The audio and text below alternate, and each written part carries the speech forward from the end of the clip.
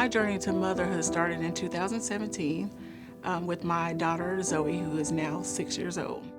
I remember telling my mom when I was a little girl that I wanted to have a little girl. Fortunately for me, that dream was able to come true with my firstborn daughter, Zoe.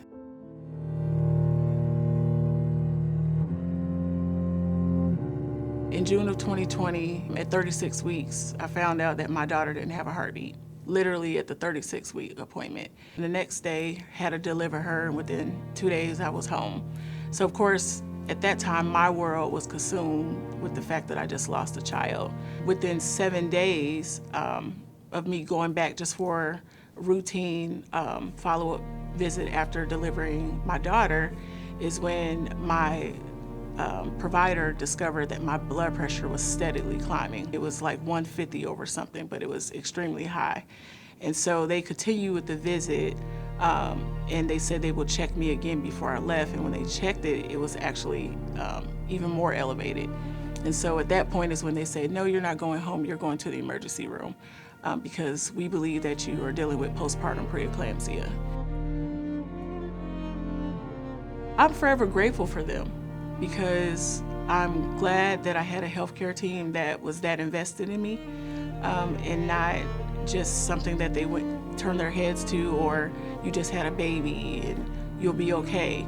I'm glad that they recognized what this could potentially be and monitored it even while I was there in that visit, and thought enough to say, no, you need to go to the emergency room. If I have the chance to share my story and talk to other women, I tell them, if you feel something or something doesn't seem right, definitely communicate to your provider about that, because it can be literally a matter of life or death for you or your unborn child or born child.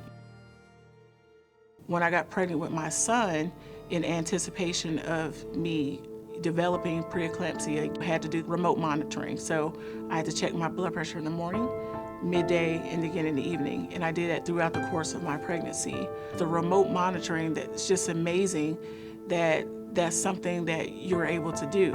Oftentimes, you'll be nervous to check. It's like, oh Lord, because they're going to see it. It's going to be in your chart and they're going to see it. But I'm just grateful for that, because I don't have to be in a doctor's office, or they didn't have to be in my home, but I was still being monitored from a distance. And another thing that I loved about my healthcare team, if they did see an elevated number, I was getting a phone call. And if it was too egregious, or if the pattern was not what they wanted to see, I was being told to come in. Be active in your healthcare, be active in this journey, be an advocate for your own health and an advocate for your own unborn child. And even after this child is born, you gotta be an advocate for yourself. Thank you for being so committed to your job, and it not just being a job for you, but being concerned about me as a person, being concerned about my unborn child, and being dedicated that I received a positive outcome. Some outcomes you can't control, but you're doing everything within your power to ensure that I had a positive experience, and that me and my unborn child, and not just for my healthcare team, but for all healthcare providers out there that are demonstrating this level of care for their patients. It just means so much to us, and it's something that we will never forget.